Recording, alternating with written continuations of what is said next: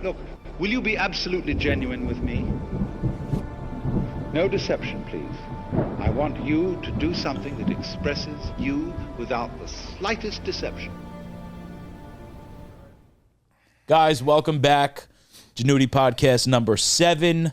For those of you that have tuned in to the last 2 episodes, we got to cover all the intangible facets of what it is to heal. We went over the emotional, we went over the spiritual, we went over the mental, we went over the psychedelic explorations. In last episode, we got to talk to Alex Wolf, who by the end of the episode, he divulged the importance of physicality and bonding to a physical aspect and routine and the importance of that for healing. Now, we went over that in Taylor's episode where we got to pick his brain a little bit and go into how he got to where he is, and we're really going to divest ourselves into what it is to finally start that physical journey, because as we've all said it, you have 3 encyclopedias of information up here. This is not a podcast where we're going to be talking about the bodybuilding and all these different types of meathead fuckery that everyone was expecting us to do when we first started this. This is how we are going to start your journey and start your footstep forward into actually healing with your physical body. Michael. Yeah. So I think one of the biggest things that we went over the last 2 episodes was, especially someone who kind of just wings the episode per episode. I'm not pre-thinking before I come in here or anything. Kate's episode made a huge point on how to get out of that forest. And I think that's one of the biggest questions that we get, whether it's DMs or someone just bullshitting about the podcast. Is like, all right, man, I understand what you said, but like, where do I start? And she broke it down into, it could be, don't think a year, don't even think a month, don't even think a week, don't even think a minute. Like, just start every 30 seconds. And I thought that was one of the best pieces of advice that I've ever been given. And I was really happy on Alex's episode where he talks about how important physical was. And I even interrupted him to say, like, hey, you said 6 days. Like, well, what about 4 days? And he's like, yeah, no, it's 6 days. Like, 4 days is a failure. And you wind that up with the other episodes that we've had previously. And, I really believe that the first step is your physical self. I went through it myself. And, the OG gym specifically is where I really started to hit, a dramatic change of growth and got me into this whole new community. And, we started training me and Taylor one-on-one. And this podcast, believe it or not, actually started in either Crunch Gym or LA Fitness. And we were just bullshitting with each other. And I was like, yo, dude, like, would you ever want to do a podcast? And he's like, yeah. And I was like, well, what would you want it to be on? And I'm like, this, like our just bro conversations at the gym. And what I loved about it is it was so different because I've trained with, like Dorian Yates's, with Blood and Guts, and Arnold Schwarzenegger putting 7 different fucking muscles in one day, and then trying, like, coming from being a collegiate lacrosse player, I've tried the speed training and, the Parisi camps, and like, it's just very hard to get one person who can cover everything. And I really started giving information, asking for information from Taylor specifically. And he always had an answer that started that a 5-year-old could, it's not like he'd say something and I had to say, hey, can you repeat that? I don't really understand. It was always like a 5-year-old off the rip. And I loved how, like, he would kind of tell his growth of his story and where he got his knowledge. And the second thing, which just shows his true character and like genuineness, is he never shit on anybody that he doesn't follow anymore. So it wasn't like, oh, I used to follow this guy on Instagram and I did his workouts and then he was fucking whack. So it was always like, well, I kept 10% of this. And then I personally started doing this and I kept 20% of that and I took 10% of that.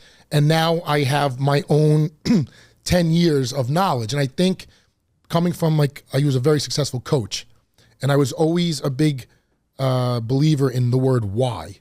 And I believe even in the way I run my company, like, if there's a stop sign right there, and it sounds silly, but it's true. If there's a stop sign and you don't tell someone there's a fucking stop sign and they blow the stop sign, they have one chance to say, oh man, I didn't see the stop sign. But if you're like, hey, listen, there's a stop sign right there, don't blow it. Now you subconsciously know about it, that you're excuse free. And I feel like that type of mentality of breaking down the physical aspect and understanding why you're doing what you're doing, and it prevents injury, and it really, it makes it almost like a language that you can understand, not just walking into a room and throwing weights around and ending up getting hurt, and really understanding, dissecting how the body works and the mechanics. So this was actually going to be our initial first episode of the podcast idea 6 months ago. And when you came on board, we, especially after the Salem trip, there was so much more with the men's mental health when we went through there. But I'm excited for today, because the goal of today's episode is, everyone out there that's gone through their trauma and they're sitting by themselves at the end of their bed right now and they're watching this episode on their phone. Today is the day where we're going to help you move forward. And it's literally our job to hop you guys. I got big traps, bro. It's you can hop on our fucking shoulders and our back and move forward, and we'll fucking carry you. But it is your job to change. No one is going to make you change, and you start with the physical, right? A little bit of motion creates a lot of motion, and you have to keep yourself moving. And you heard it from Alex, who specializes in this, how important the physical aspect was. And I thought we'd start off a little bit with Taylor's real in-depth background. I know we touched it a little bit on your episode, but I'm really curious on to coming from being physically fit your whole life and going to school for nutrition and sports medicine. How did you start the weightlifting aspect, and then how did your brain work as you grew over the last, let's call it 10 years? Yeah, I think you said something important before, which was why would you do something? And I think what confuses people a lot is due to commercialization, I guess, we try to sell things. So we kind of stretch why you would do something into there's a million benefits of this, and this is the way, this is the right way. And there's always someone trying to sell you a system, and they're trying to sell you the why, essentially. I think when you have a more clear why for yourself, what do you want to achieve, then it starts to become a little bit easier to navigate into a certain a more specific area of fitness. So I have a long lineage of teachers and coaches that I've learned from, and for the most part they've all been more specialized in something specific, rather than I would say I started with bodybuilders, where they just did bodybuilding, which was strictly dumbbell, barbell, machine work to hypertrophy, grow their muscles, and more or less that was their why. So their training, they might say that there's a million benefits to it, but their style of training was really more focused on particularly growing a muscle. Right. It wasn't necessarily to get you strong or to get you fast or to get you healthy. Right. It was really more of an aesthetic. Here's how you kind of hit certain things. Okay. So I encountered this with the cryotherapy a lot when people would say, well, does it work? And I would say, well, when you mean does it work, what specifically are you asking? What's the why that you're here? What are you seeking? Because it's going to work in a lot of ways, but there's going to be certain things that you're going to search for that's not going to work for.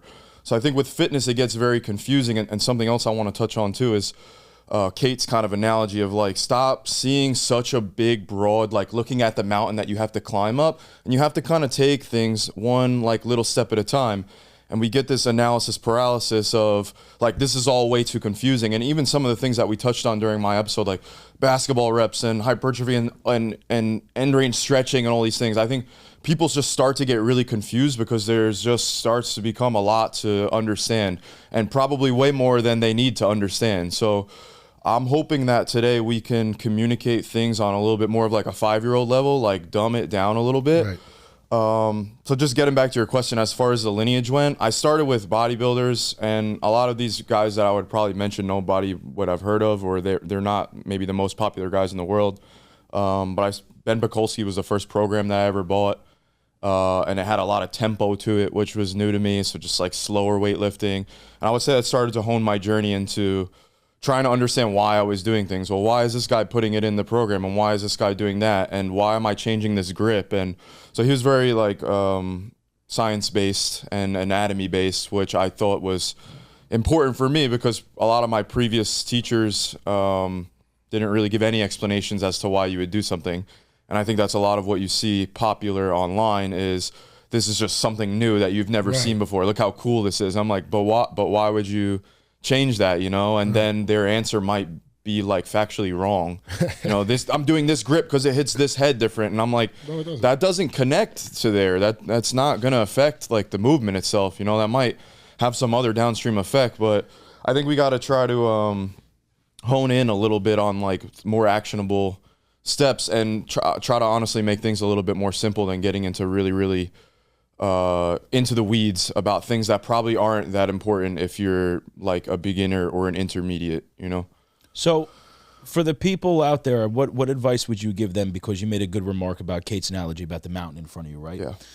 And with all of this, I don't want to use the word desensitization, but all of the bombardment from social media and all these different types of influencers and coaches out there, how does somebody who's just getting started, how do they find that's a good question. their why? Yeah. Because everybody's why is different. Like ours was, we just wanted to be big. Yeah, which I don't think there's anything wrong with that. No, I agree with you. So There's like a style of training that's going to suit you for that. for somebody that just wants to begin, how does somebody come about finding their personal why? Do they just sit with themselves? Do they look at what their friends are doing? Do they go on the social media platforms? Is it a combination of everything? How does somebody find a why? That's a good question.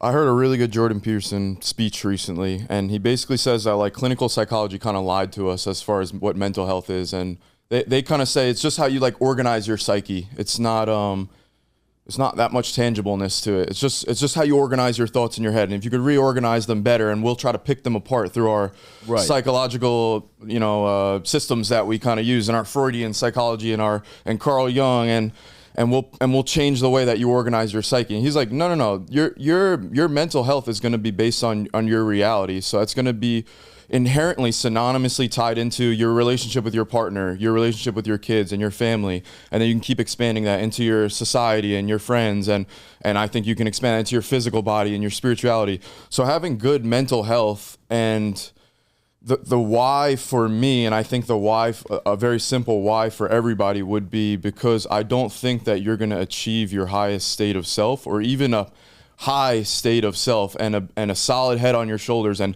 good mental health without some sort of physical practice.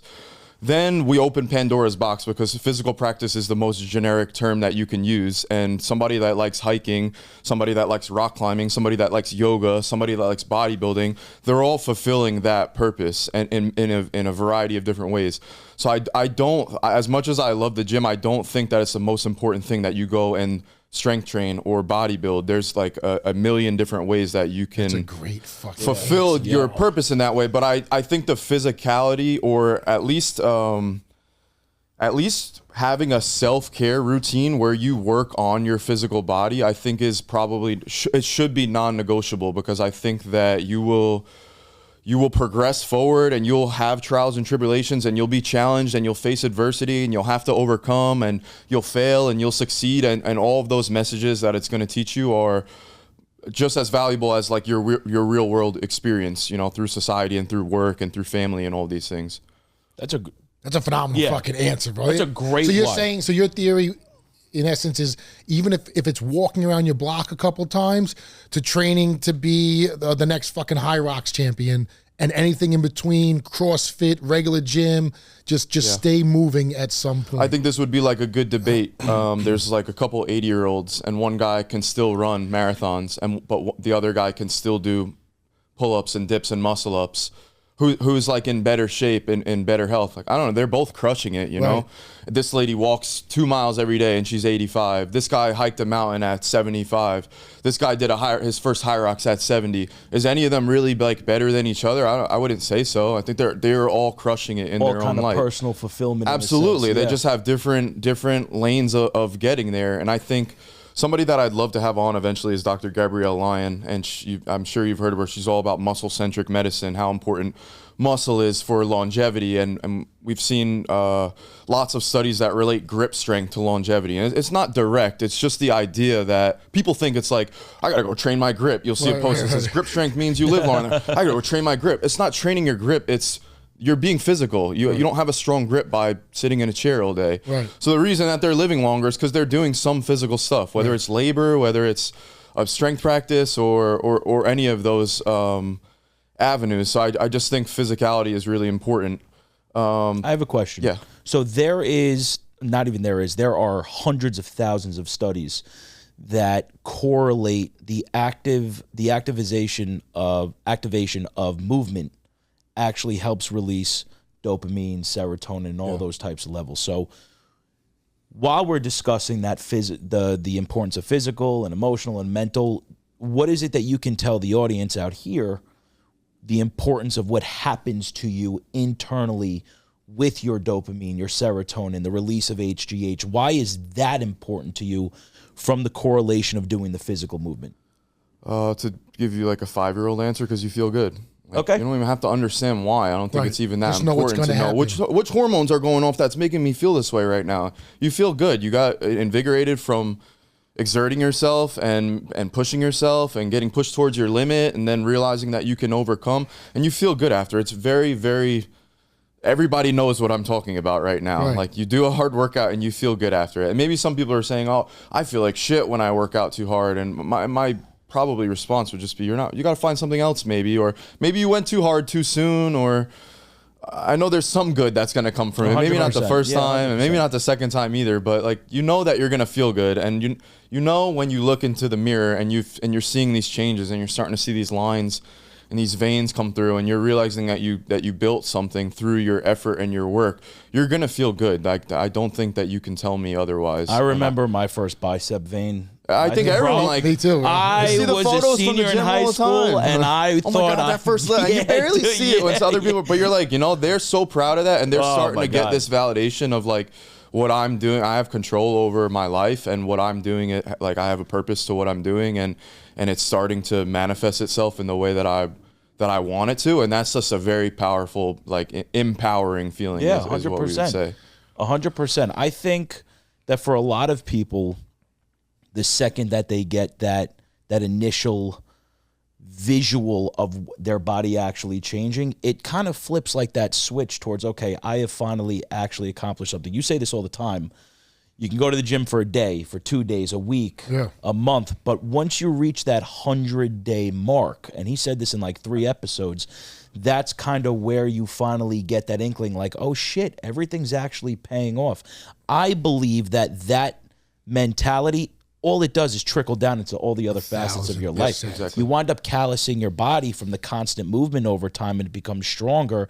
That type of determination and discipline will wind up going down and seeping into your kids, business your mentality, your business, kids, your 100%. fatherhood, Exactly your why I say it's ability to just. non-negotiable, yeah. And you know what? And going back to the why, maybe that's somebody's why. Maybe just learning the bit of disciplinary action it's a huge part of it. Exactly, to put your body first. You kind of just create this aura now in that frequency where, okay, you can do it in one facet. You just got up off the couch. You just went for a walk. You just lifted your first weight. You just did your first burpee. You just did something that you've never done before. Now, what can I do differently? Can I be a better father? Right. Can I be a better worker? And when you're going down when you're coming from that negative path and you're trying to project the new positive path, you need something, and we'll go over this more in like an entrepreneurship episode, but you need something to organize your day. Even if it's just, you can't just wake up when I want to wake up and go to bed when I want to go to bed and succeed in life. It's not going to work. You'll get by in life, and that's okay for some people, but you're not going to level up until you schedule your day. And even just starting, well, what do I do? Well, now you know every day you're going to get up at 7 a.m., you're going to get to the gym at 7:30. You're going to get home at 8:30. Now, because you had a nice gym session, you're going to start eating healthier. So now you make yourself a really nice breakfast. And now you had nothing to do last week. And now on this Monday, it's 10 a.m. You feel great. You're ready to start going. And even if you have nothing to do, that's your first step or your first appointment of the day for future where you have 3 or 4 appointments for the day. And maybe you go to the gym and maybe you meet someone that you spot and you start bullshitting, and he's a plumber and you're looking for work and he needs a helper and you're willing to learn to be a plumber, and now you got a fucking job. So now you woke up, now you have the gym, now you get your breakfast, now you started a job in the next month, and now you're doing financially better. So now you reach out to your fucking ex because you haven't seen your fucking kids in a year. And now you reach out and, hey, you know what? I got some money. Can I take little Dominic out for pizza? And now you're taking your kid out to pizza. And that one fucking gym routine, my whole body got chills right now. That one little gym routine just projected your entire life on the same fucking frequency to now get yourself healthier, mentally better. Everything's out of your food, your stomach, with your gut health. That's going to be the whole second half of this episode. And now you have a job. Now you're seeing your kid. Now you're getting along with your ex. And just like that, your life just fell right back into place without you even trying. Right. And it's because I feel the patience of the 100-day lifting, like you said perfectly, just trickles down into everything else. And that's how it starts. So let's go back to your why. Yeah. A lot of people, if you don't work out right now, you probably don't understand your why. They know what they're talking about. Right, and you're like, well, how do they go find their why? How's about we just say because of discipline? It's an opportunity to practice discipline. Yeah. and you probably don't have a fitness passion if you're not already doing it. So you're probably not going to be motivated to go there. How's about the why is it's a challenge to you to practice discipline. So for the next month, figure out a schedule of a few days a week that you can go to the gym, and we can get more into splits of the gym and how often to go and how much to train and things like that. But let's make the why because I'm challenging you to do so. And it's going to give you an opportunity to practice discipline on something that maybe you don't care about. And then that will maybe lead you down another road. So I'm a beginner, okay? I don't know shit. And I come to you, Taylor. And I guarantee after this episode, you're going to have people coming to you. The way that when we spoke about our trauma, we had people hit us up that we... Bro, fucking 900 comments in 24 hours. Forget it. So I'm a beginner. I know nothing. Direct me. All right. So I would sit down with you the first time, and I would... side note, I would say my views have changed a little bit over time with this because... Previously, I would want to build the optimal program. I would want to do everything perfectly, the best that it can be done. And I think the trade-off with that is you lose durability and you lose some of the reality of, for something to be perfect, it means conditions probably have to be perfect. And if something goes wrong, then your perfect plan probably goes out the window. So if I sat here and I said, all my teaching shows me here's the optimal days a week that you should train, and here's how much time you should train, and here's how often you should hit the muscle, and here's how you should hit it, and you're like, all right, but I work like 6 days a week and I have a family and I anxiety almost. do other things. I don't really have the time to do that. And what's my, then it's not good for you. No, like we have to be realistic about what's going to fit into your life. So I think my experience as a coach has really, really helped me hone, all right, this is what my teacher taught me, and I can apply it because I'll do whatever you tell me to do, and I'll make time for it. But not everybody is me. Like running 1,000 miles in a year? Right, yeah. So not everybody's going to do that. But when I hire a running coach and I say I want to run the marathon, and he says, here's how I'm going to program, I'm like, he says, how much time do you have during the week? And I'm like, well, I'm in a position to put as much time in during the week as you think whatever the best plan is. So give me the best plan. Don't give me... I'm a single dad and I work 40 hours a week and I got to see my kids on the weekend, so I can't train Saturday and Sunday. You know, that plan is not going to work. So going back to your question, if you come in and you say, I want to get started with this, I would say, well, tell me about like how much time do you have during the week? Because the best plan is the one that you're actually going to follow. I have 4 days to train and I have no dietitian background. I know nothing. I don't know what to eat. I don't know how to lift anything. What do I do? How do I start? Where do I go? All right, so there's a lot of ways you can skin a cat. Of course. 4 days a week particularly, I like to use upper-lower split. And I would do 4 days. I would do Monday, and this is how I run my online program, Monday, Tuesday, upper-lower. Wednesday is a rest day. Thursday, Friday is a different upper and lower workout. And then you rest for the weekend. And that's your 4 days during the week. I think for me, it's been, even for my own personal self, if there's like times where I'm not able to maybe get in the gym as often as I would like to, I think that's like a very reliable strategy. It's 4 days a week. You can do 3 days a week, 2 days a week, 1 day a week, 5 days a week, 6 days a week, 7 days a week. Even when Mike and I train now, we like to go more often, so we'll try to do a little bit less when we go. Sometimes that way, less is more. I wouldn't want to just do full body every single day, and I wouldn't want to do upper, lower, upper, lower, upper, lower. I think when you start to train, when you get probably past a very beginner level, like the recovery becomes important as well. So the workout is your dose of stress and stimulus that's going to kick off this response. You don't need to, I think you'd be actually very surprised at how little you need to kick that response off. So if there was a graph, you'd get, first set, you'd get a massive spike in the stimulus needed for you to grow muscle. Second set, big drop off. By 3 and 4, big drop off.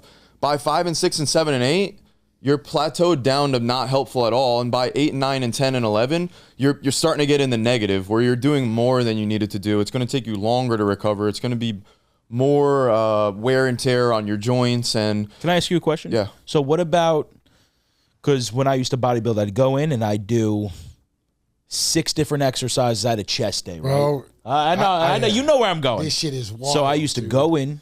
I used to do chest or back or legs. 6, 7, 8 exercises, 5, 6, 8 sets per exercise. Okay? That's like 40 sets of God knows how many reps, dude. Because it would range anywhere from hypertrophy days where I'm doing 20 to 30 reps, and then I'd mix in the heavyweight training where it's, 5 to 8 reps. Is that a style of training, just your own opinion, that you'd recommend? Is that too much on the body? Is that tapping your central nervous system to where you're deteriorating? Before he answers this, though, it's not just an opinion. And I want people to really fucking understand this, dude. I have been 280 pounds, benching 455, deadlifting 7 plates, squatting 405, while still running a sub 5-second 40. And the way that what he's about to explain has changed everything. I'm on a 90-day post 80% supraspinatus tear, which is what holds your fucking shoulder in place. And we did Smith incline the other day for 275 for sets of 12 effortlessly, but it's not just his opinion. It's his fucking science and fact, because I want him to be really stern on this is a fucking belief. It's not just oh, go Google this. This is years of studying, and I had a very hard time last summer changing my mindset. Imagine I don't know, what's being a kickboxer and then going into ballet, and you're just I don't even know where the fuck I am. That's how headspun I was, and I looked the best. Even now, dude, I look phenomenal. I really worked out very minimally in the last 90 days, and when we hop right back into this style he's about to explain, bro, I didn't skip a fucking beat. I would just like to say I did ballet while I was kickboxing. Really? Yes. Did it hurt your toes? Bro, you can't even imagine. My left pinky toe is still the size of a fucking sausage. It just never, it never healed. It never healed. So yes, just branching off of what Mike said, let me rephrase my question, okay? Anything that he's about to say is fact. Yeah. I worded it in a way. It in a way to be delicate for the audience, but fuck that. At this point. No delicacy today. Okay, what he's coming off and what he's about to say is fact. Like Mike said, I came from being a blimp. I was 235 pounds, standing at a whopping 5'5". So you can imagine the asinine look that I had. So focus back to Taylor. Everything that's about to come out of his mouth is not opinion based. It is fact. Yeah. Proceed. All right, so disclaimer, there's a ton of science in strength training, bodybuilding, particularly hypertrophy is usually the big topic of science. So because it's very easy to measure, you can take muscle biopsies and measure fiber sizes and things like that. So you can kind of take a sample, introduce an exercise activity, take another sample, see if things have grown. Back to what I said before, there's a lot of ways that you can skin a cat. So with the volume idea, let's just get rid of the idea that it could be detrimental after a while. And let's just say maybe it's just not helpful after a while. Can you do 10 sets of 50 and grow? For sure. Can you do a few sets of 4 and grow? Yeah, which I think would blow a lot of people's mind. Yeah. You mentioned I had hypertrophy training. It was higher rep, lower weight. And then I had more strength training. It was lower rep, higher weight. I think we got very convoluted ideas about, this is the number one question that people ask. Should I be going lighter and doing more, or should I be going heavier and doing less? My preference right now is to go heavier and do less because I enjoy it more. There's also a certain level of discomfort that's going to come with doing a higher rep set at a lower weight. So it's going to burn more. It's going to, on a set to 20 to fail and a set to 4 to fail is going to feel very, very different. Right. Hypertrophy outcome-wise, it's gonna be very similar, to be honest. It's gonna be very similar. So you can train a high-volume approach, you can train a low-volume approach. You have to understand this is like a spectrum. So you have intensity, which it's not, the intensity that we would use in regular life is like a subjective, how hard, oh, that got really intense. I strained really hard. That's not really what intensity is in the weightlifting world. It's really the relativity towards the max that you can do. So more of an objective measure of 100% intensity is your 1 rep that you can do. You wouldn't be able to do a second one. It would be your all-out 1 rep. 96% intensity would be what you could do for 2, and there's slightly different numbers that people would say, what is 3? 3 is 92. No, I think it's 94, but it's quantifiable. So as the reps are going higher, as you get into your 10 rep sets and your 15 rep sets and your 20 rep sets, by definition, the intensity is dropping. That doesn't mean the set feels less intense. It's still going to feel like, it's going to feel more painful, and it's going to burn quicker, and you're oftentimes going to reach failure due to discomfort and mental quitting before you reach the point where I cannot bench press another rep because I have reached task failure, which my task was to go from the bottom end of my bench press to the top, and I can no longer achieve the task. So how many sets of that would that like? Right. So if you do that once, is it like once is enough to grow, which is it's hard to believe. I wouldn't. Bro, I'm telling you, dude, this shit is crazy. I think going back to there's a spectrum, right? So you have the intensity that you lift, you have how much volume that you're doing, and you have how much frequency that you're doing throughout the week. I don't think it's the best strategy, especially for a beginner, to just do one set to fail and not lift again until the next week. I think realistically, 3 days later, you would be fine to go intense again and find your reps. So you would maybe want to zoom out and look at it like, how many times am I hitting this muscle during the week rather than how many times did I hit it today? And I think in your case, if you were like, I did 25 sets of chest today, I would probably say it's not as appropriate then to do 25 sets of chest 3 days later. That's what I did. And 3 days later, and 3 days later, and 3 days later. That's exactly what I did. And getting rid of the idea of that this might end up like being counterproductive after a while. I think it would be very safe to say that it's the benefit is really going to drop off after that third and fourth and fifth set, and by the time you're doing 6 and 7 and 8, it's probably not going to be that beneficial anymore. Granted, it largely depends on the weight that you're using, because volume is not volume. If you said, hey, I did 3,000 sets this week, and I said I also did 3,000 sets this week, and I did every single one of them to fail, and you said, oh, I didn't even go close to fail. I did 3,000 body weight sets. We would be speaking about something very different. So this is where it starts to get a little bit confusing, I think, is you're back to the question of, all right, well, how often do I do it, and how often do I hit it, and how hard do I go? I think Mike gravitated towards the system that I use now, which is more of like a Dorian Yates and Mike Menser approach, which Paul Carter, who's like honestly a very controversial figure in bodybuilding right now because of his like demeanor socially. But he's a guy that I really learned a lot from as a coach on how to implement that method a little bit more strategically and scientifically. So again, it gets a little bit confusing at this point. What I like to do right now is use less volume, so 1 to 3 sets, let's say, and high intensity. So to fail, or honestly close to it, a rep or 2 RIR in reserve type of thing. So I would say at the least the set would feel like an 8 or 9 out of a scale of 10 in terms of how difficult that it would be. And then we'll probably do that twice or 3 times per week, depending on how our schedule gets laid out. Is that the only way that you can do it? No, like absolutely not. And I think you have to go back to what's going to be realistic for you.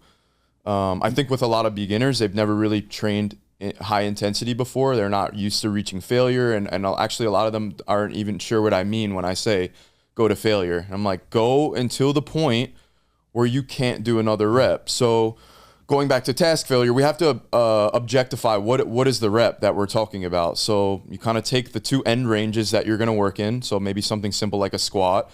You're going to stand tall at the top, and then we have to pick this bottom point where we're going to consider it to be a full depth rep.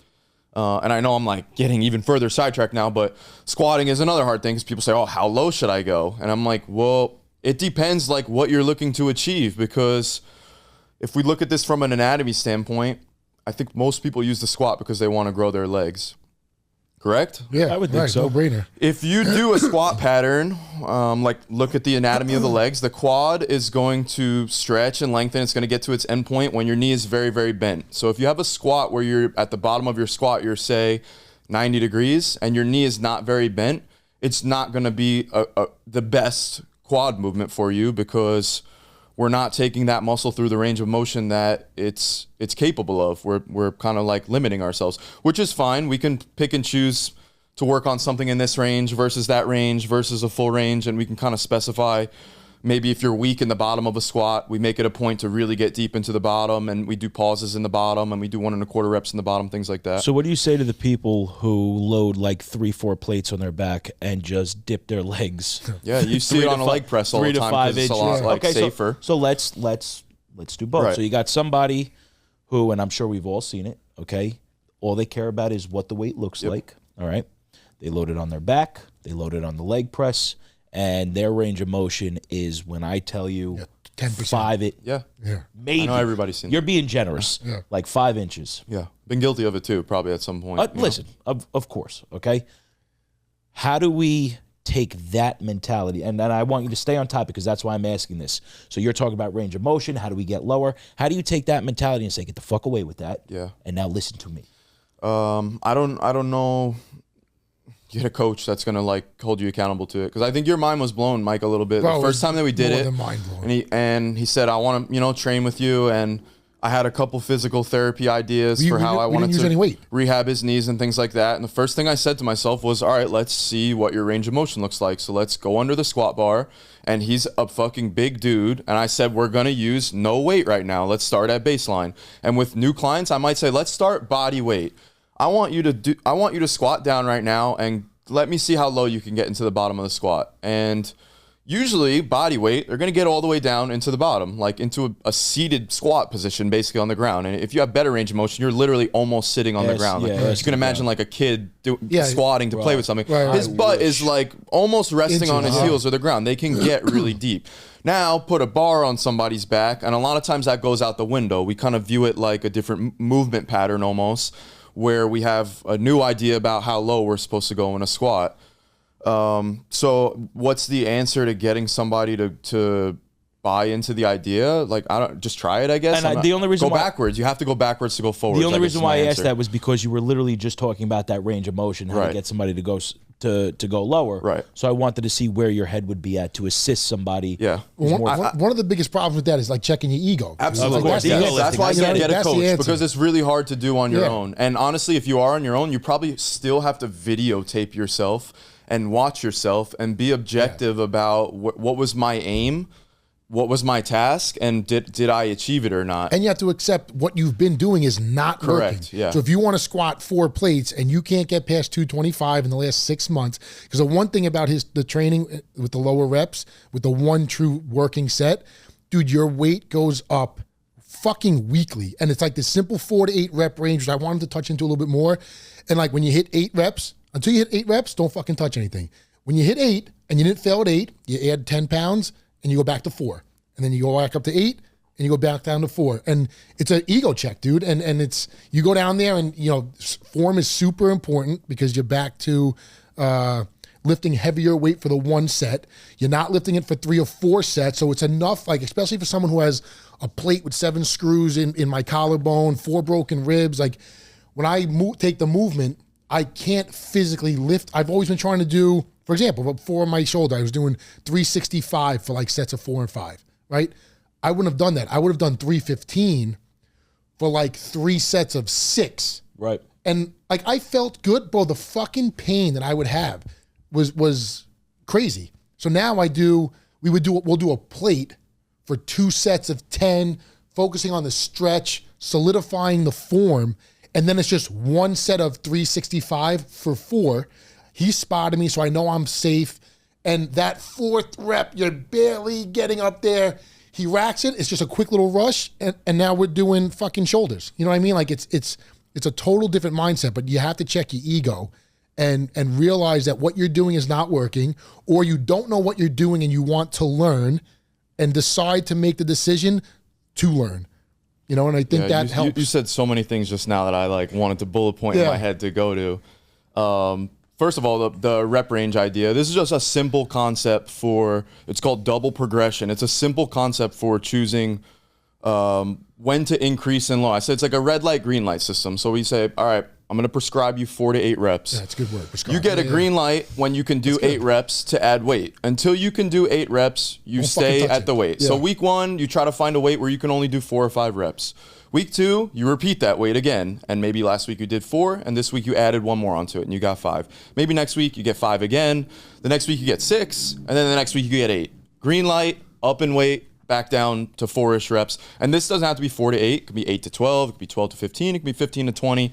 Going back to what I said before, it becomes harder in higher rep ranges because you're going to have to deal with more discomfort through literal discomfort. It's going to burn a lot more at rep number 12 when you have to get towards 15, that 13th, that 14th, that 15th rep. It's going to be more mental discomfort and pain and suffering that you have to sit through versus when you do 4 reps, you know, you kind of, it hurts less in a different way, right? And the other thing too, coming from someone who not a coach, I still like the, what's the word, aesthetic look. Yes. So like I just something consciously, when I do chest, I have to hit a decline, an incline, a wide, and a press.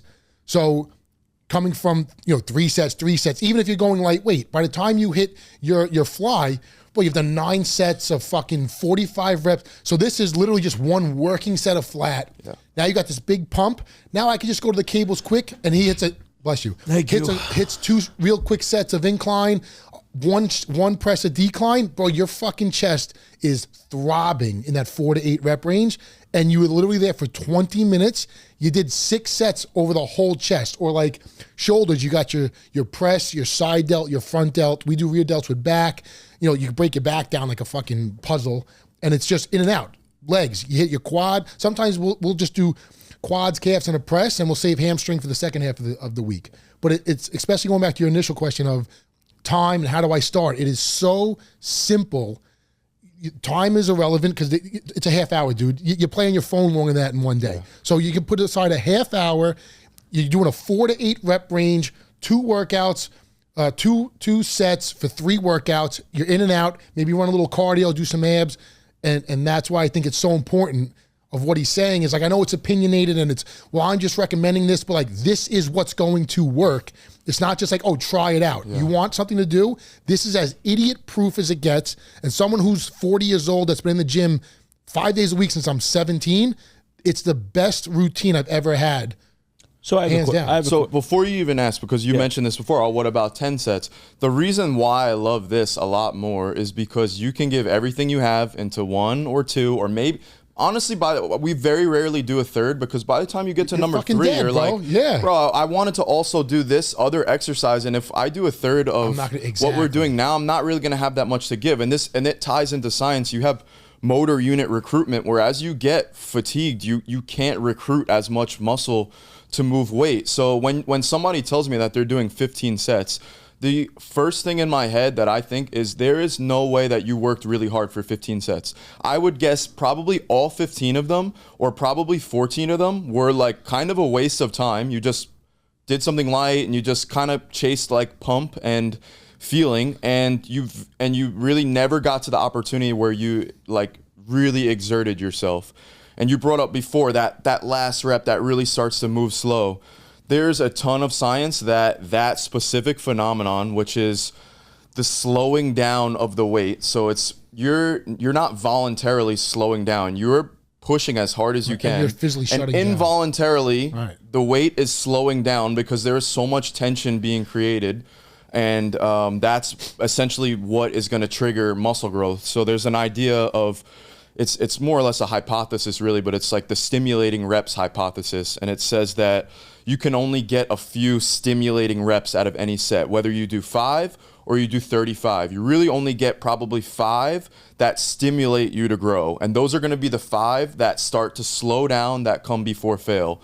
So for somebody that's doing 10 sets of 50 or whatever it is, if you never really get to that point where those last few reps start to slow themselves down, and I see it all the time with people at the gym. Yeah. 1, 2, 3, 4, 5. Okay, I'm done. You didn't really find any reps that were stimulating, and I think a lot of the reason that people gravitate to high volume like that is because you almost accidentally get some stimulating reps as you start to really, really wear yourself down and get tired.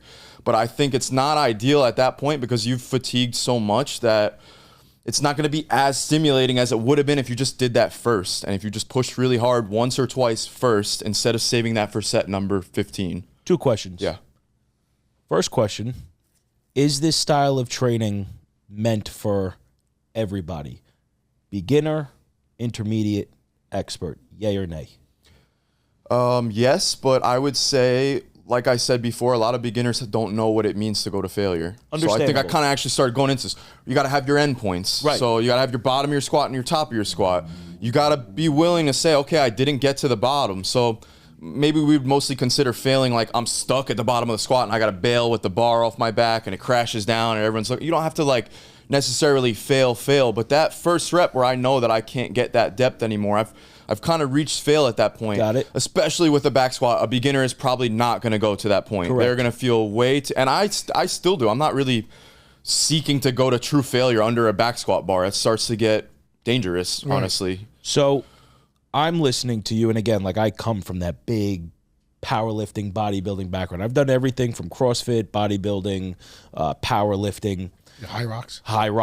Muay Thai fights. So like I consider myself like a Muay Thai fighter. That's just what I do. That's how I train, and I train in your high rocks. For somebody like me, because you're going to have a lot of people from OG and from my old Muay Thai gym. That kid Joe that just posted us up yesterday, it's one of my boys, but he fights all the time. You're going to have people of all different levels. So my interest is peaked right now. So since I spar twice a week. Here's why it's so good for you. It's so highly recoverable. So that's, it doesn't take a lot of time. So you knew where I was going. So that's my question. So you have somebody like me who runs 12 miles a week, who is constantly in the ring 5 times a week. I hit the bag 6 times a week. My style of training is very, very cardio-inducive and aggressive, and then I go to OG and I get the weightlifting. But let's say that I want to try this, because I know you're going to pique other people's interest. Is that in any way, shape, or form with my fast twitch muscles that I need and the agility that I need to have and the quickness that I need to have, would that be counterproductive for somebody like me who I consider myself more along the lines of a high intermediate of knowing what I'm doing in the gym and having experienced everything that I've done? Is it counterproductive to lift those weights? Am I going to be able to recover as quick? Is it going to be a detriment in any way towards my functionality? So what do you say to somebody like me? Because I'm actually interested in trying this, because I have not been under a bench bar and went to failure in years. Let's go back to talking about why you would do something. So you kind of mentioned that right now. Is it going to hit my fast twitch muscles? Is it going to make me fast? Why are we using a bench press to try to make you fast? Like, that's not really the point of the bench press. I think we need to separate these avenues of training into you have a stimulus, and then you have an effect that you're going to get from it. Okay. Is general preparedness and strength and things like that going to help you in Muay Thai? Yeah. But I tried to use the gym for a long time to get more athletic, and it's not really what it's for. So I think there's a lot of, especially being in a little bit more of an athletic strength career now versus like maybe just a run-of-the-mill personal trainer. I think where we conflate some of these ideas is that we think the gym is going to be our ticket to running a 4.40 and having the quickest punch. It's not really the stimulus that you would want to input to get the output that you're looking for. You need to train speed somehow. If you want to run a 4.40 and you're not sprinting and you think that your squat is going to take you there, I think you're going to probably be disappointed. Let me ask you a question though. So you saying that, and you put that in the back burner with the speed and agility, because I see this a lot at OG, just my own, and I love that gym like a fucking cult. I got it tattooed on me. But I feel, coming from someone who went 4 days a week and lost 30 pounds in 2 months, I feel like this style of training helps you if you are doing the speed and conditioning training and working on the quickness. You need this training that we're talking about to hold the muscle mass. Because the last thing you want to do is start training, and I watched it with him, but this motherfucker fluctuates. I've seen him fluctuate 20 pounds in a month, because he started the running. And then it's like, I'm too skinny. I'm going to take a step back, get back to our working, bro. 10 pounds packs on in 2 weeks. God bless. So I feel this talks into why, if you want to get good at running, a strength practice is really important for other reasons. I think for durability reasons, and bigger muscles can create more power, things like that. But it's not really going to make me a better runner unless I go and run. Right. I think that if I'm full-time running, this style of training fits in even better for me because it's little time demand. Yep. It's very highly recoverable, and the gains are going to be there. So going back to your question about like, is this going to help? Is this a good style for me? I think it is a good style for everybody. I think if you can implement it the right way and you're responsible with the intensity, training at the intensity that you're supposed to be training at. If I'm telling you go do one set and you go do one set and you're like looking on your phone and shit and you leave and then a month goes by and you tell me, hey man, that didn't work. I'm like, that's not how I intended for it to be done. So I think for the most part, if you're someone that had no idea about it, I would say it's pretty safe to pick 2 or a third set. Go for a third if you really feel like you need it. If you want to break something down into a chest day, and pick maybe your two favorite chest exercises. And this gets into a little bit more about aesthetics. If you said, I want to grow my upper chest, and there is specific movement patterns where you need to press kind of from low to high to work with those fibers. Otherwise, I think when you're beginning on in your journey, this is probably becomes more confusing than anything. I'd say just pick 2. Even if they do the same thing, just pick 2 of them: a press and a fly, a bench press and a chest fly, or an incline press and a push up. Like, pick 2, warm yourself up, go for one set as hard as you can. Do a second one as hard as you can after a good amount of rest if you want to. You probably won't feel like you even need to do the third at that point.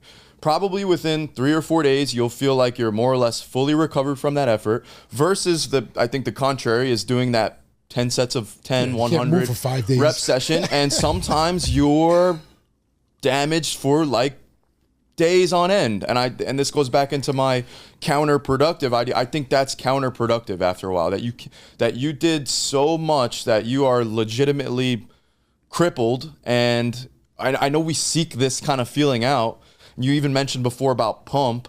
I think pump, muscle soreness, these are not the most important thing in the world. Yeah. And especially for beginners, I can't tell you how many beginners do a pull-up and they say, I feel this in my arms. I don't understand. How do I get my back to work? I'm like... It's that mind-muscle connection, though, which takes time. It's just not that important. Don't worry about the pump in your back right now. Soreness is cool and pump is cool. These are good indicators that you're probably getting blood into the muscle and then the muscle's doing work. It's just not the most important thing in the world. And when you're a beginner, you're going to have such poor connection into your body that it's just not, you're going to have so much noise and sensation going on that if you're executing the task properly, if you're going from that bottom of the squat and you're reaching the depth that I want you to reach, you're getting back up to the top, I don't care that much that your quads burned or got sore for 5 days or 2 days after. Honestly, if you tell me I was out of commission for a week, in my head, I would say we did a little too much.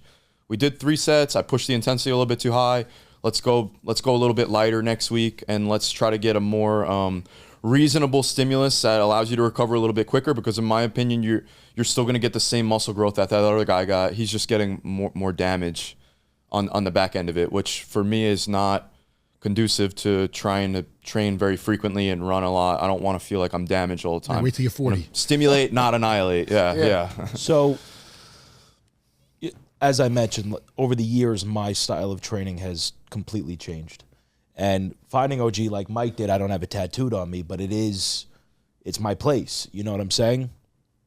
My style of training is more, I guess, what would you consider it? Functional. I swing sledgehammers. I chop wood. I carry tires. I flip tires. That's how I like.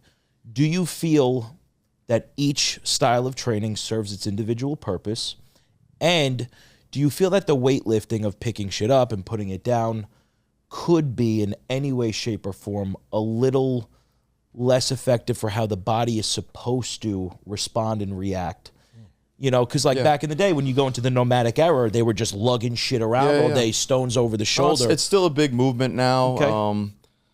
Functional patterns and GOTA and all these things, they feel like your exercise and fitness needs to be conducive into how you move as a human, and your gait and your walk, and it needs to be functional. So you can't just have isolation. You need to have pushing and pulling at the same time with rotating and so on and so forth. I think bodybuilding is very much based on anatomy, and we look at a muscle and we say, what is it responsible for? So what does your bicep do? It helps me flex my elbow, and this is when it gets very short and contracted, and this would be the end range. So everyone knows how to make a bicep muscle. You just mostly intuitively, you kind of rotate here because this gets it shorter, actually, putting it by your head like this. Good muscle. Flexing your arm up, rotating it. This is how you get your bicep short.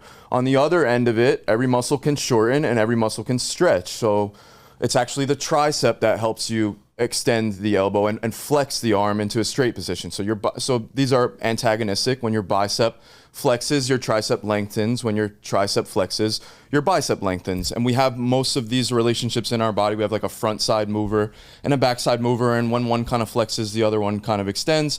And that's the relationship. So every muscle is going to have endpoints to it. And bodybuilding, I think in its truest form, looks to sometimes isolate a little bit more than others. So we have bicep curl, which would be a lot more of a truer bicep isolation movement than maybe something like a pull-up, where there's still this flexing of the elbow and extending of the arm, but it's no longer really a bicep movement. Now it's really a back movement because of what's happening at the lats and the shoulders and the rear delts and things like that.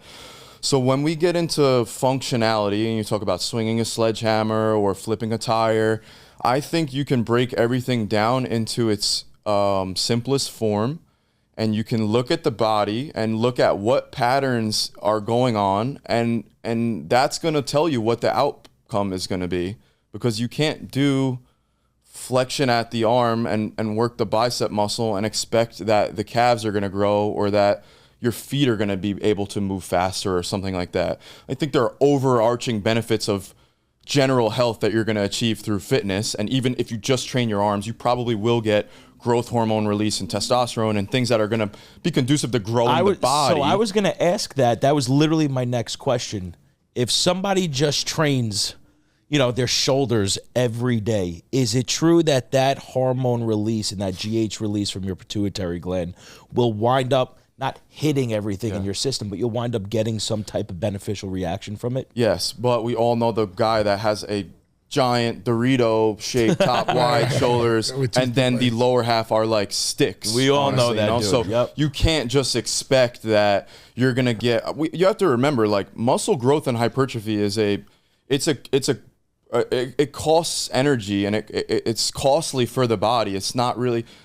We usually want like path of least resistance. That takes effort and work and resources for your body to grow a muscle. It's not really going to grow it without some superficial demand that's going to place tension on this muscle that's going to cause a cascade of growth into the muscle. So no, you can't really just expect your legs to grow.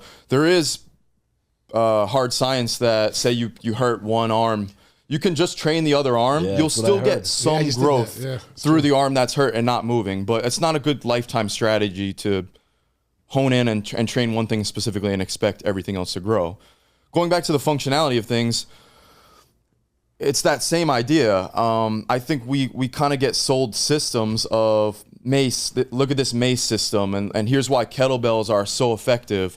More or less, they just do more than one thing. They don't really seek to isolate as much as true bodybuilding does. But I don't think that makes them better necessarily in a way. It goes back to why are you doing what you're doing? What do you want to achieve here? If you want to achieve brutally strong biceps and big bicep muscles, then no, mace swinging is not going to be the ideal way to do it. I know some guys out there like, I train maces all the time, bro, and it's way better than barbells, and it made my arms grow. I'm not saying it's not going to do anything for you. Like, anything that you get progressively stronger at is going to cause growth. It's just framed differently, right. So even in bodybuilding and muscle growth, I know a lot of times when people say, I don't want to do something, I want to use the right technique and the right form because I don't want to get hurt.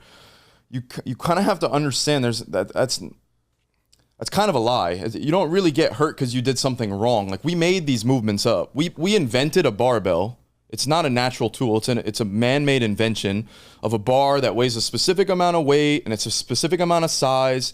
And we're going to do this exercise called the bench press, where we lay on an apparatus. It's a bench, and we have the bar, and we lower the bar, and we push the bar. Right. It works with the anatomy of the pecs because they have their insertions, and we can stretch them just like we stretch the bicep and shorten it. We can stretch the pecs and then shorten them, which is going to place tension on them and it'll force them to grow. That's not like the be-all, end-all of how you would grow the pecs. There are also dumbbells, which are another apparatus we made, and then there's some body weight movements that we can do that we can also kind of use that same movement pattern. So when people are afraid to get hurt, it's, I think, a lie that's kind of been sold from trainers to make themselves more useful, because, like, you need to make sure you're doing this perfect. because if you don't, you're gonna really hurt yourself.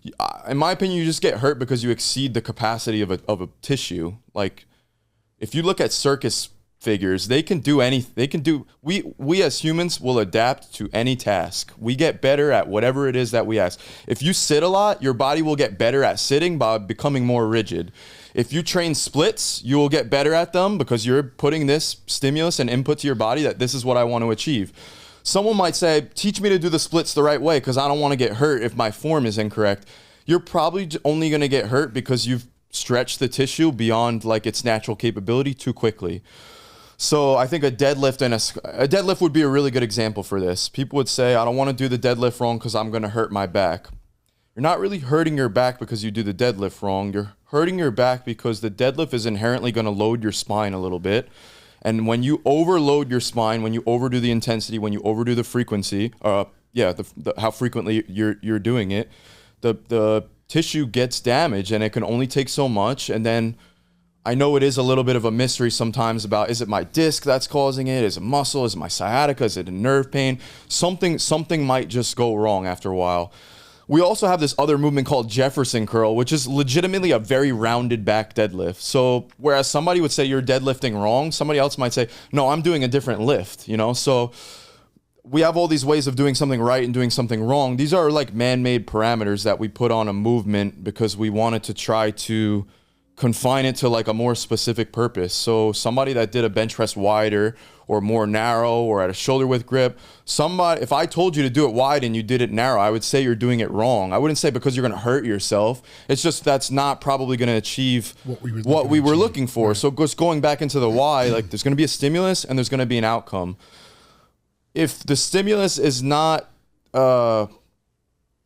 the outcome's not going to come if the stimulus is not related to it. You know, I think it's kind of as simple as that. So if you're using kettlebells for something and the movement patterns are just not there, then it's not really the kettlebell's fault. It's not really the barbell that forced you to grow. You're just giving a better stimulus that's more appropriate for the bicep to receive that tension. So bodybuilding really in its simplest form just kind of seeks to isolate things down to smaller levels. And we just look at muscles anatomically, how do they stretch and how do they shorten, and we try to make up movements that take them through those patterns. And you've all seen people in the gym that use a machine for some other purpose. Correct. Yeah. You know, we use like a leg press for a shoulder press or something like that. Yeah, it actually doesn't matter. Like every gym machine is man-made, so it's more about the patterns of movement that are happening at a joint and a muscle level. So any training style could work. And I'm like you. I've done calisthenics. I've done. Remember the jerk thing you were doing with the guy? Yeah, that was with Dak. His name's Brady. It's Dak Performance. I can't remember his last name, but it's just different training systems. And that was a stimulus that he's looking for certain outcomes for. You know, he's not really super focused on muscle growth particular. That's a side outcome of lifting weights, but he's trying to shock the system in a different way where he's really, and a lot of his philosophy is mental, like trying to reorganize the connection of the mind into the muscle and trying to really fortify the joints and the ligaments and make them more durable and give them these jolt impulses that teach them to react and respond quicker. So there's like a million, and I always get really fascinated with more niche systems like that. And I go and I learn like, why are you doing what you're doing? It's not just cookie cutter, here's what we do and here's what to expect of it. I'll pick it apart and at this point, I think mostly everything makes a lot of sense to me. If you give me your training program, I'll look at it. I'll ask you what you want to get out of it. And if you're not getting that out of it, I think there's probably going to be a pretty clear reason why your legs are not growing from the squat that you're doing, because you're not bending your knees enough. You're not taking your quads through the range of motion that they need to take. I think a lot of times you can make it very, very simple as to why you would do something and what you can expect to achieve out of it. And you think the machines are just as good as free weights, like they have better in some ways. I think so too. And a lot of people, it's hard. I mean, we haven't done free weights in a year. You mentioned Smith machine before. I think I love that motherfucker. Very simply put, you have stability and you have force. So try to picture doing a squat on a Bosu ball with one leg. How much force can you possibly output into that bar? Very little, because the stability is so low that it's inhibiting how much force you can provide, how much neural and physical force you can put into that bar, how hard you can push your legs into the floor or your arms into the bar, how much force you can exert into that bar. When you create more stability, you can inherently always create more force. So something as simple like a bicep curl a lot of times can be made better by just placing an anchor on the back of your arm, and now you have something that's a lot more stable. Statistically, that has to help with injuries too. There's got to be lesser injuries on machine protocol than free weight protocol. Yeah, I think injuries are as far as like jerky, other beast. like, but I do think that the jerky for someone who's movements- never been in the gym before, that's watching this right now, kind of just got overloaded. With what I think was great about the conversation is the guys that have been listed for 10 years now just learned a bunch of shit. I just learned a bunch. And now of someone shit. comes back on and goes, all right, well, I'm starting back. So you're saying, wait, I can go and just do, our workout for the last 3 months was literally the machine chest press, a machine shoulder press, a machine side delt, and a decline hammer strength in and out in 25 minutes. We love the hammer strengths are shit. We try to hit that as much as we can. But I just want to clarify that it's okay if they want to just start and just hit machines, Anything. control the jerkiness, maybe really learn the muscle instead of just winging it. Yeah. And, The jerkiness example is like, let's say first curls. barbell or dumbbell or Yeah. machine or cable, it doesn't matter. Imagine walking, and now imagine jumping and stomping, which is more force. Exactly. So faster movements have more force to them, and the force has to be dissipated through muscle and ligament and tendon and bone. So a jerky movement is going to be more conducive maybe to injury than a slower one would be. But that's irregardless of using a barbell or a dumbbell or a cable or a machine or a bodyweight movement. I have had a ton of success with bodyweight calisthenic training, and I've had a ton of success with barbell dumbbell training, and I've had a ton of success with machine and cable stable training. So the same results. In my opinion, eventually it starts to make a little bit more sense. If you can imagine being really, really strong on a shoulder press, and now you got to get 150-pound dumbbells, you got to get them on your knees, you got to get them up to your shoulders, and you got to press them in such a way where you got to eliminate any of the instability. It starts to make more sense as you get stronger to choose more stable movements because force is the name of the game. And if you want to exert more, it's like, why would I do a shoulder press on a bench versus standing? Well, now I have a backrest, and it grounds me a little bit more, and it helps me kind of like, it supports me into doing the press a little bit more. And you feel it's the same results overall in a nutshell. It's the same. Yeah, I think this is kind of an example of people getting lost in the, I forget what that saying is, in the weeds, like you're making this too complicated. Yeah, it's just, you got to pick something. It's not super important. We just argue so much about barbell versus dumbbell versus cable versus machine. Pick any one. If you train it hard, you train it with high intensity, you choose the right movement patterns, you're controlled in the movements, it's gonna work. I've seen it a million times. I think it would be safe to say it's fact at this point and not opinion. So any of the above, yeah, it is the same in my opinion for the most part. There's like nuance to it, but overarching it would be the same. So are you guys cool if I just shift gears a little bit? So speaking of your knowledge now in this physical realm and everything that you just taught me, and I'm sure everybody else, you have somebody who now implements this. Now they need to implement how to optimize their training, which I assume would now go into more of a diet-based. I was like, do we have time for that? I think diet is very separate from training. Yeah, okay. I think it's a whole it's of combo. utmost importance for your health, and we do need to have honestly a whole separate episode about. I want to hit that next episode about diet and how how that could be conducive to your strength training. Because good luck trying to get really strong if you eat calorically way less than you need to maintain. So I don't want to deep dive into the diet right now. It's less, in my opinion, fitness, strength-wise, it's less important than you think it is. And I wish that I could say otherwise. I agree. 100%. But it's less important than you think it is. And genetics honestly plays a very large part. I'm sure it does. In fitness, and most of all of the most famous bodybuilders of all time, they work harder than people. Yeah, they take the right supplements. Yeah, but they were genetically gifted, and that's probably the main reason why they look so much better than everyone else looks. Okay.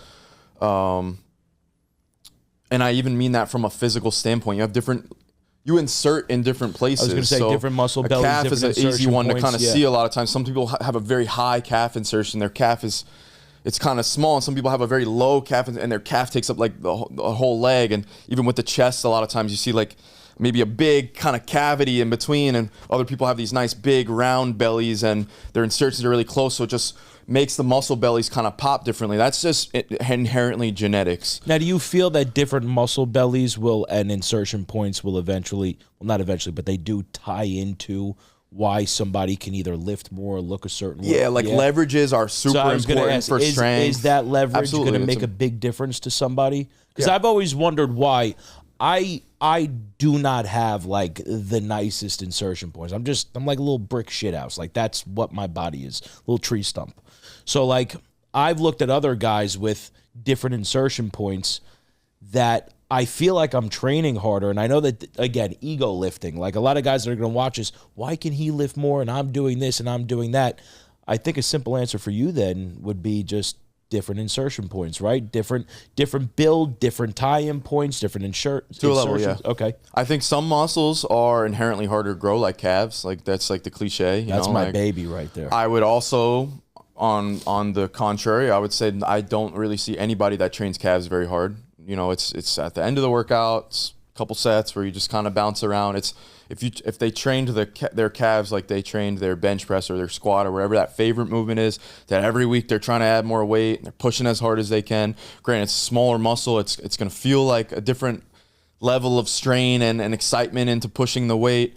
But yeah, the insertions themselves, you can't change. That's your God-given anatomy. There you have biological, anatomical positions where the muscles attach into the bone. You know, like you can't change it. You can grow that belly of that muscle, but if you have an insertion on your bicep that's here, it's going to peak your muscle more. It's not going to be as long of a belly. So you can continue to grow the bicep. It's just going to like peak harder versus another guy where it's going to get like rounder and bigger. Is it true that the body is just like we're predisposed to have a certain amount of muscle fibers where our natural body can only cap to a certain limit of growth? I had my cousin told me this years ago when I was like 19 and I started bodybuilding. And that's also part of the reason why I like got into what I wanted, because I thought, okay, I'm never going to be big enough. So like, is that true? I would say it's very real. It's very real that you will not be able to continue. You know, when you're a beginner, you get beginner gains. Yeah. And you gain muscle at a really sizable rate, maybe like 10 or 20 pounds in the first year.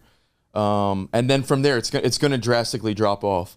I think if you watch the Arnold, the Olympia, and you watch the big dudes, they will convince you that there's not really an end. Like they have gotten so comically big, and granted, it's through supplement use, drug use, steroids, but they, I think, prove that they are continuing to hypertrophy their muscles beyond what would be healthy, what would be normal. Well, that's why I was asking. There's so not really so much of a cap on it. I'm talking more naturally.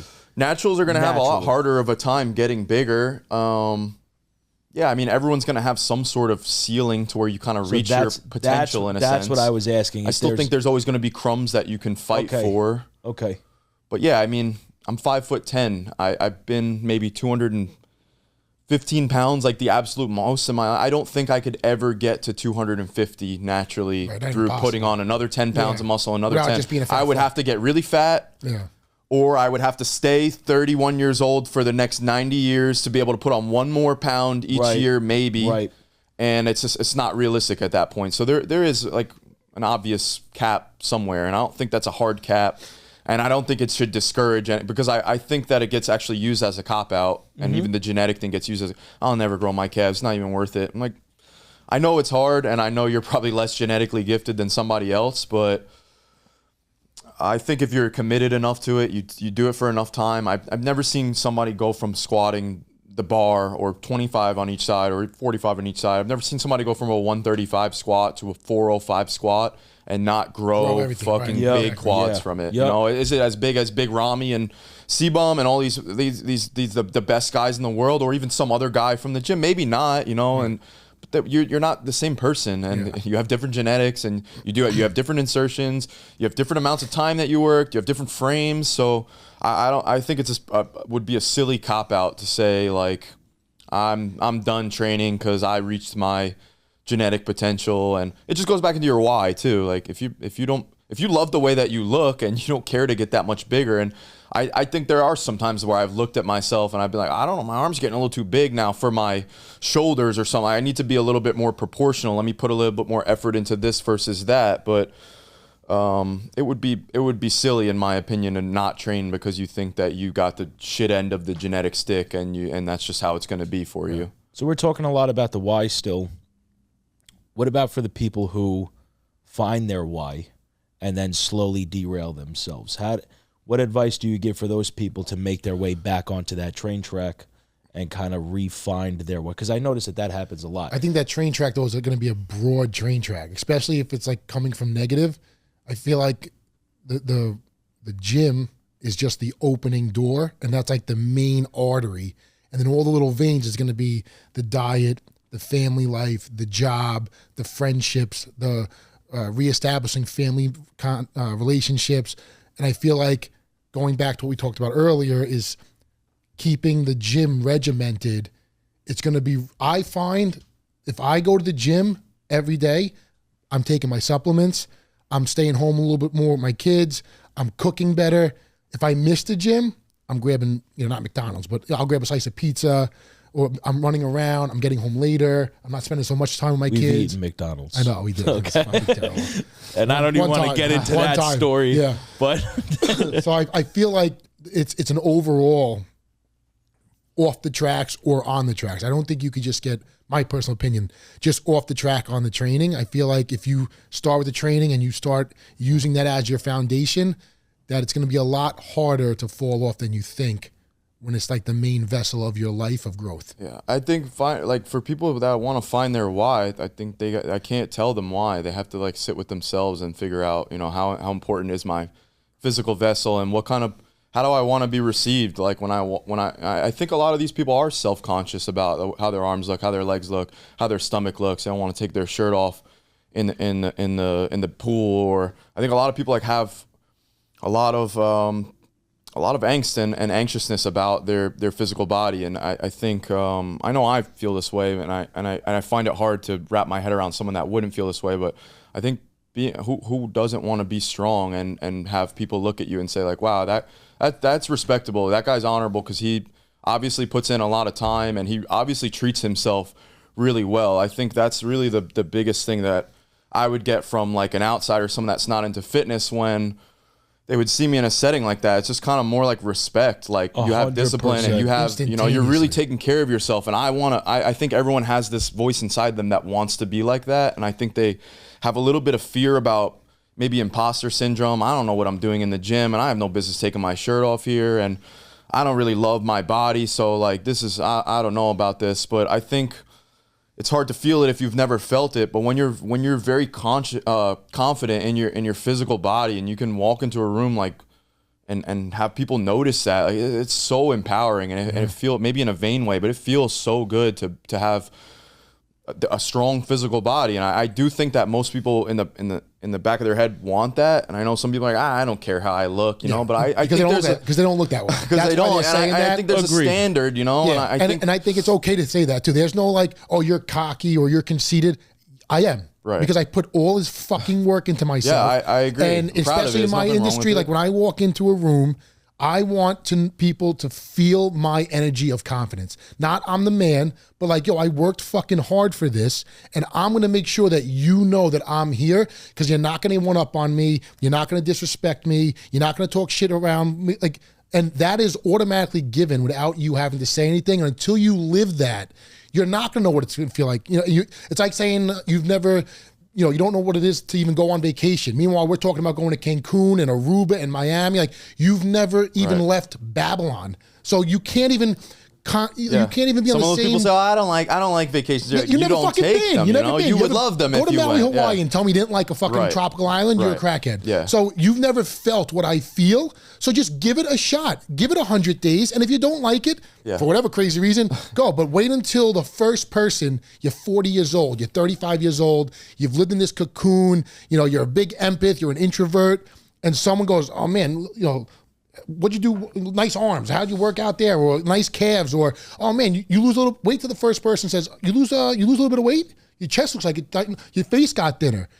I don't care what mood you're in. You're gonna go, man. I did actually. And now for the first time you recognize. Now you're going harder. That will snowball into a fucking Empire State Building size snowball in your life. Because now that confidence, you're going into your job differently. It's a total different fucking realm. It's a whole realm of frequency that we're allowed to fucking be in.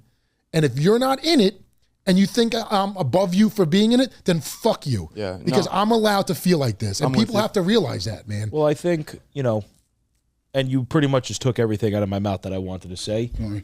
There is a subconscious level of respect that I think anybody gets.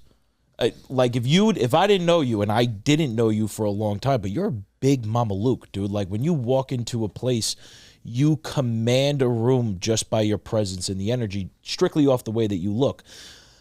I think it's the people who don't take that initiative to step forward and get active. They don't understand that feeling, like you said, that there is just this subconscious level of respect that I think all men and women immediately give to one another because they understand the level of discipline that goes into us and everybody else looking a certain way, and the amount of years, grit, blood, sweat that went into this to appear and to come off physically in the demeanor and the way that we do. And I think, like you said, when you walk into a room, I'm here. Look, it's not look at me, I'm here. No, it's just listen, there's places that I'm not the biggest dude, but I know when I'm in a room and I will scan the room. It's not a level of arrogance or cocky. There are times where definitely you and myself are the biggest dudes in the room. And I think, and I get it all the time. I'll go, like when we go to Sparrows, there's no one that is in Sparrows when all of us were sitting at the table that night. Shout out to Luke from Sparrows, by the way. There's the best restaurant on Long Island. The best restaurant on Long Island, Garden City, Luke at Sparrows. There you go. Yeah. There was no one in the restaurant that looked like that. If you noticed, everyone in the restaurant, we commanded that entire restaurant subconsciously. And again, I'm not saying that to be arrogant. I'm not saying that to be a prick. There is a certain level that is subconsciously demanded from people who put themselves in that position to work for the way that they look, to become what they become, to have that level of discipline and that grit, and honestly that honor and that integrity in themselves to wake up, have the schedule, go to work, go to the gym, and find time, because everyone says, I don't have enough time. I don't have enough time to do this. You're full of shit. There's 24 hours in a day. You can set aside 30 minutes the way that these guys do to go hit one body part and come home. And that feeling, like you said, when somebody acknowledges something inside of you and is like, yo, you look like you lost weight. When I used to be 235 and I finally started to lean my gobble and my neck out and somebody was like, yo, your face looks different. That feeling of joy that I felt that somebody else can notice the work that I'm putting in, not to be a blimp, was so important to me. Yeah. And that's coming from somebody that has 12, 13 years of physical experience. So that feeling never goes away. Mike uploaded a picture the other day where he had a six-pack just raging in the mirror. Bro, I told him right away, you look insane. And I'm sure he's gotten that before, but it doesn't matter. You feel good about yourself. You know what it cost? Nothing. It just Zero. Bro, and it's time that you will excuse-free. never get back. It costs your time, but everyone has spent their time doing so much dumber and useless shit, like sitting on a couch, watching a Netflix show, doing this, doing that, where you can just get the fuck up and go do something. Something I want to emphasize too is I know we're really talking about muscle building and getting into the gym, and I think we used this example of walking a couple episodes back, maybe the first time that I did.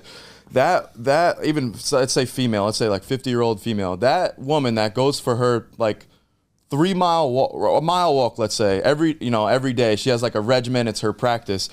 when she goes in that room and everyone else is kind of like overweight and she's going to have that same confidence in her own self to be like, I'm disciplined. I have my practice where I go and walk, and I can sit at the table with these guys and relate to them in a sense of I have that same confidence within myself. It's not about somebody telling me I have big arms or big legs or something like that. It's a disciplined physical practice where you build confidence through knowing that you're in control of your vessel and you're taking the time out of your day to give yourself self-care and work on yourself, which we talk about self-care in all these different ways. I think 99% of them are they're not self-care. Like fitness, going for a walk, lifting weights, things that are going to have direct payback, direct reward for you at a certain point from your mental health and your physical health. That's going to build the confidence, that same confidence that we're speaking about, where somebody notices your weight loss or your muscle size or your physicality. Like, I feel just as proud of my female client that comes in and she works several days a week and she says, I walked 5 miles yesterday. I'm just as proud of her as 100%. If she said, I went to the gym on my own yesterday and I did 3 sets of 10 to fail on chest press and pull up or whatever it is. So I just want to make sure the message becomes, it doesn't have to be lifting weights, doesn't have to be bro stuff. It's taking control of your body, getting disciplined to start a practice, challenging yourself, doing hard things, overcoming them, and sticking to it, and doing something for long enough that you're going to see like the reward on the other side of it. I kind of want to use my mom as an example because she suffers from fibromyalgia, osteoporosis, arthritis, nerve damage, nerve pain, anything you can imagine. And when she had cancer, she got on all these different medications, which she wound up gaining a little bit of weight, which definitely affected her mentally. And she's never been like an active woman. My mom was beautiful. She was super thin her whole life. And then the cancer medication, it wound up making her a little self-conscious. But as a woman who's 66, her one routine now that she does, she gets with a group of ladies and she just goes for like a half-mile walk in her neighborhood every night almost. And I've noticed such a shift in her mental state and demeanor just from that little bit, tiny, minuscule bit of activity. And on top of that, her pain seems to have gotten a little better. You know, there's this theory where, okay, if I keep working, I'm just going to be in pain all the time. If you are constantly in this state of lethargy, okay, and you're not moving, I feel like that's worse for you. 100%. You know what I'm saying? Yeah.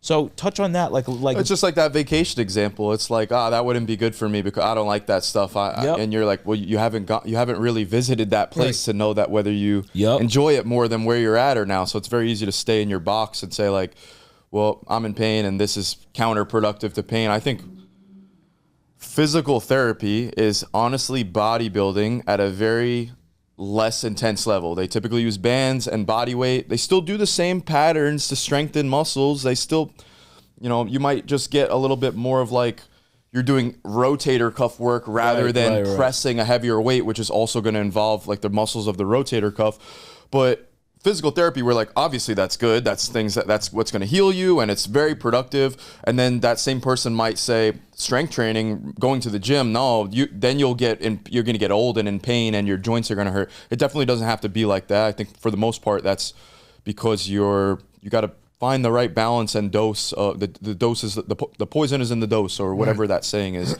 There's going to be, I think, a right dose for you where it's going to be very productive, and you're going to get stronger. You're going to get in less pain. You're going to be more capable of doing other things that you want to do.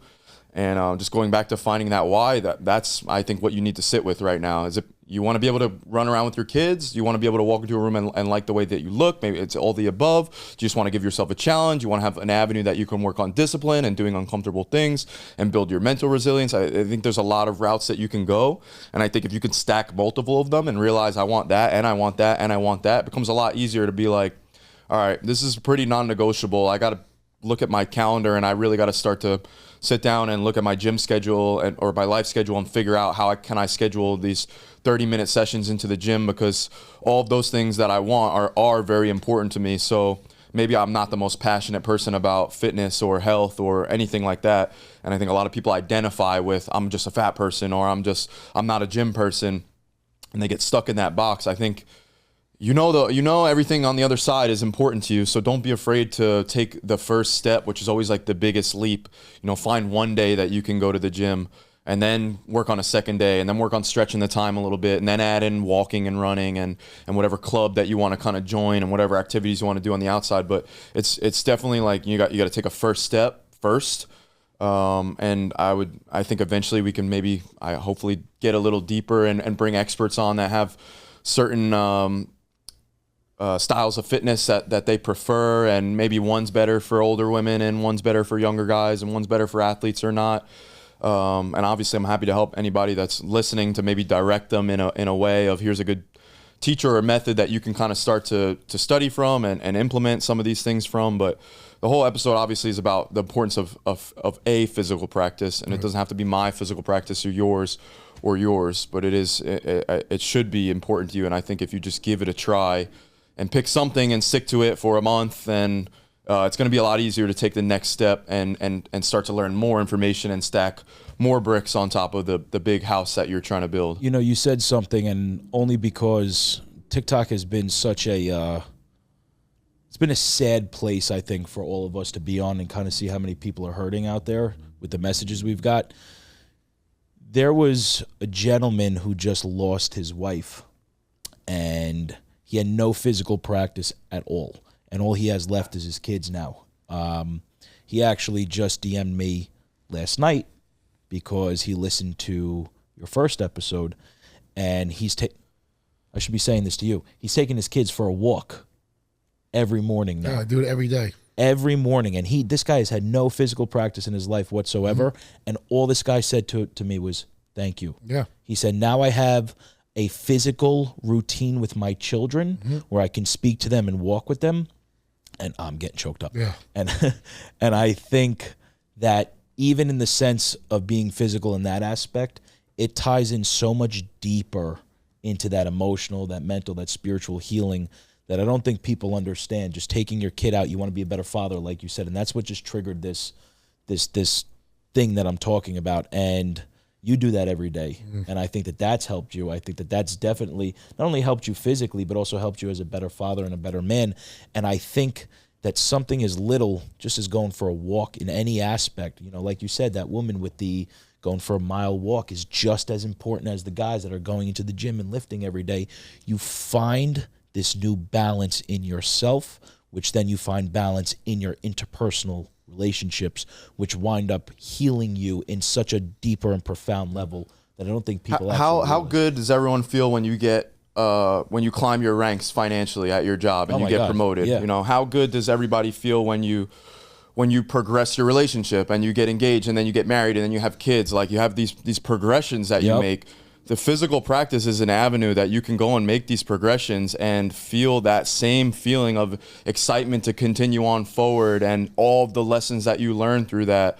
Like, I know if you haven't had that physical practice, you've never taken that vacation, so you don't know what it feels like on the other side. But I'm sure you know how it's felt to get rewarded and get gains in your bank account at work, with your family, with your with your partner. So you just have to understand, this is like another avenue that's going to bring you all of those things in a different light, in a really, really positive way.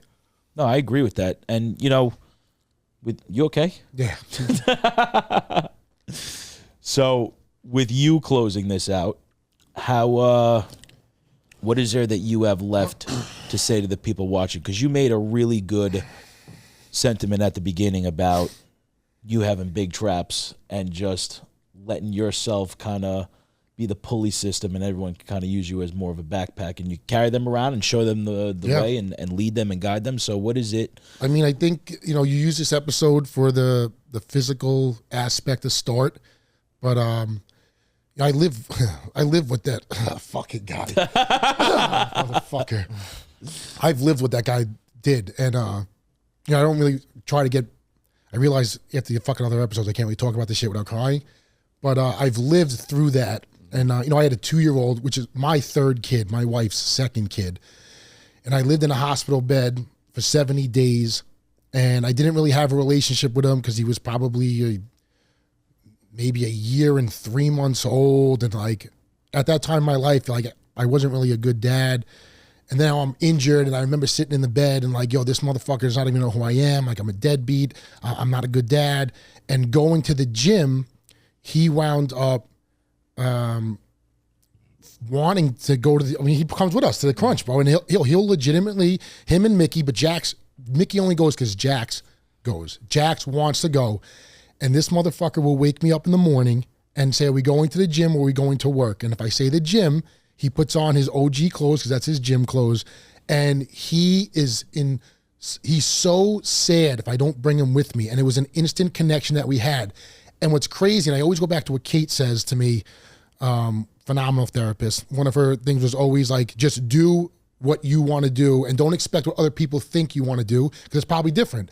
And the last thing I thought about going back to the gym and taking it serious was that would be the connection to my second kid.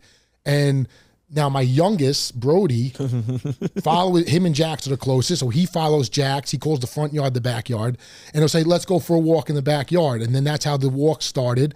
And I've had someone even tell me, like, just take your inner kid out. She didn't know anything from a little witch experience, which we'll get into.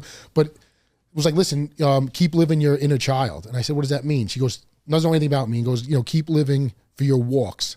Rain or shine, they need you. And it was a really good point. Yeah. Whoa. So it's that consistency in the gym makes me consistent at home, which makes me consistent with my kids, which makes me a better husband and a better father. And this is the episode that for all of you sitting home that are saying, I don't know what to do, and all the self-pity bullshit, it's time to wake the fuck up now. And if you want to make the change, you make the change. And that's what this episode is about. And I'd like to roll into next episode of the same aspect and energy we had, but focus it on diet, because just how he explained everything that we did physically, he did the same thing with me on the diet end. Next episode, I'll upload a nice thought pic for you guys on the before and after. But I lost 25 pounds in, 6 weeks? And I went from, I couldn't even walk an eighth of a mile. And me and you, that one class, we're running 5:30 mile sprints at speed at 300 meter, a shot. And it's the inflammation went down, and it's a whole. So now you're already physically fit, and now you get on the diet, and it really is this big consumption of your whole life, like exploding in front of your eyes. And like you said, you've never been on that vacation. Like, now you're on the vacation. You've made it to Aruba. You realize what the fuck you've been missing this whole time because you've been living on the South Shore of Long Island, and it will change your life instantaneously. And going back to that dopamine is you're going to hit this self-confidence high. For the first time in your life, you're going to love yourself. And that's where the journey is going to begin. And that's where it's going to be our job now to even further the experts and the guys who really want to dive in. And that's where this podcast is going to go. Moving on from today, probably the last episode I'll ever close out. End it there. Hold on. I'm bringing it back to him, okay? Before he closes it out, if you guys have any questions, hit Taylor, myself, or Mike up on social media. We've already gotten hundreds of messages. At this point, probably 1,000 messages for a variety of different things. This is the episode where you guys are now able to actually ask a very definitive question of something that is tangible. Asking how to heal and where to start spiritually, mentally, and emotionally is a lot harder when we have to explain stay present, learn to detach. This is something that you can implement today physically, and you can start that journey now. Back to Mike. Yeah, that's it. I'm done for that. I thought it was a great episode, and I really I've dreamt about doing this for years. And I also want to thank everyone out there that pushed us to do this, because today is the start of really realizing who's out there, who needs us, and how we're going to help you. And it'll be hopefully the first of many, many in the future. Look, will you be absolutely genuine with me? No deception, please. I want you to do something that expresses you without the slightest deception.